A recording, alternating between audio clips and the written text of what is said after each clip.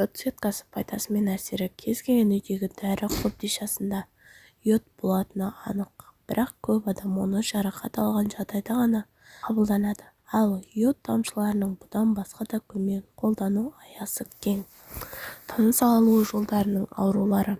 Йод ерітіндісін қолдану аурудың жиі қайталана беруінен құтқара алады. Оның бастапқы белгілері кезінде мазасыздануды едәуір жеңілдетеді және қалпына келтіреді. Сауығуды тездетіп, құрғақ жөтел. Одан тезірек құтылу үшін йод торын тамақ тұсы мен кеуденің жоғары тұсына жасайды. Мұны абайлап, жұқалап етіп жағу керек. Күн сайын табан мен өкшеге жұқалап жағып қойсақ та болады. Әсері жақсы болады. Варикоз. Тамырлардың варикоздық кеңеюі кезінде йод торын түнде аяқтың проблемалар аймақтарына қолдануға болады. Процедураны аптасына 2 реттен ғана жасаңыз. Оны жұқалап жағу керек. Емдеу курсы 60 күнді алады. Көгеру және жарақат. Йод торы гематомалардан тезірек арылуға көмектеседі.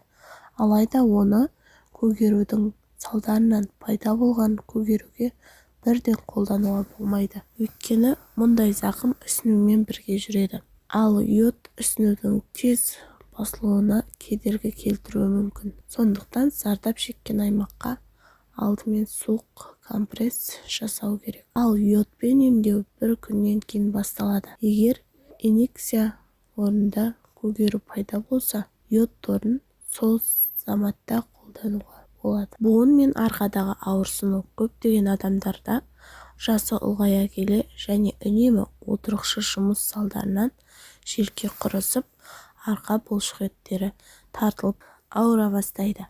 Йод торы бұл мәселені шешуге көмектеседі. Аптасына 3 рет омыртқаның бойы мен мойнынан бел тұсына дейін тік сызықтар жасаңыз.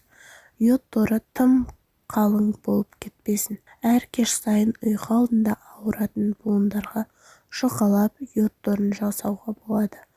Ол қабынған буындардағы ауырсынуды басады. Буын ауруының асқынуын тежейді. Йод торын таза құрғақ терге мақта тампонмен жеңіл қозғалыстармен жұқалап жағу керек.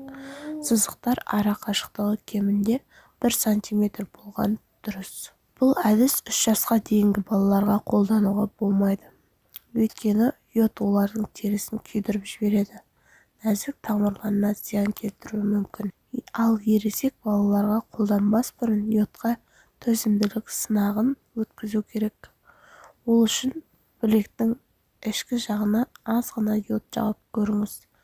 Егер 20-30 минут ішінде жағымсыз реакциялар болмаса, қызару, қызу, ашту, бөртпе және тағы басқа. Одан да қорықпай йодпен сурет сала беріңіз. Ем болсын.